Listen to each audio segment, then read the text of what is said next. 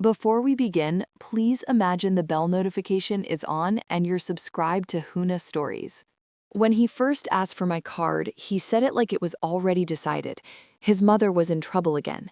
Something about overdue payments, something about dignity.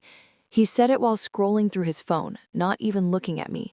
"Don't worry, Mom, I'll take care of it," he said into the speaker. Then he turned to me. "I'll need your card and the PIN." It was so casual that for a second I thought I'd measured him.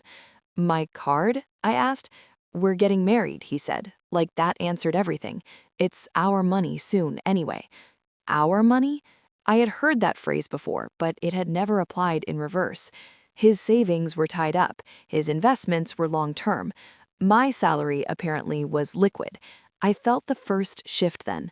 Not anger, not yet, just a quiet tightening in my chest. "I'm not comfortable giving anyone my PIN," I said carefully. He laughed, not warmly, not kindly, just a short dismissive sound. "You don't trust me." It was always framed like that. My boundaries were mistrust. My hesitation was disloyalty. I remembered covering his portion of rent last year when his freelance job slowed down. I remembered paying for the catering deposit because his bonus hadn't come through.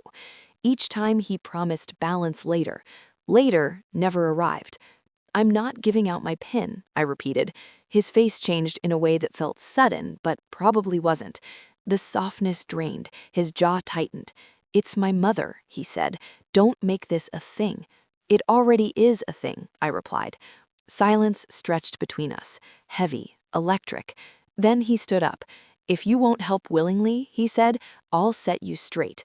It sounded ridiculous, almost theatrical, until he stepped toward me with his fists clenched, not swinging yet, but close enough that I could feel the threat in the space between us. I grabbed my bag and headed for the door.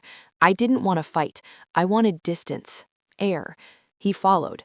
"Don't walk away from me," he snapped. I stepped into the hallway. He caught up, grabbing my wrist. Not hard enough to bruise, but hard enough to remind me he could. Something in me stopped negotiating. I turned sharply and drove my knee upward with every ounce of instinct I had. It wasn't graceful, it wasn't planned, it was survival.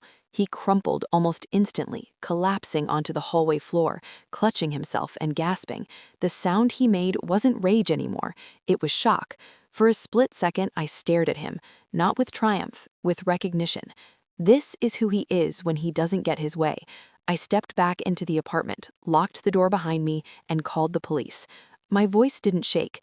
That surprised me most. When the officers arrived, they separated us immediately. Two uniformed professionals standing in my living room made everything feel stark and undeniable. They asked simple questions. Who initiated physical contact? Was there a threat? Did I feel unsafe? "Yes," I said. He tried to minimize it, said I was overreacting, said couples fight, said I'd attacked him. One officer looked at him steadily.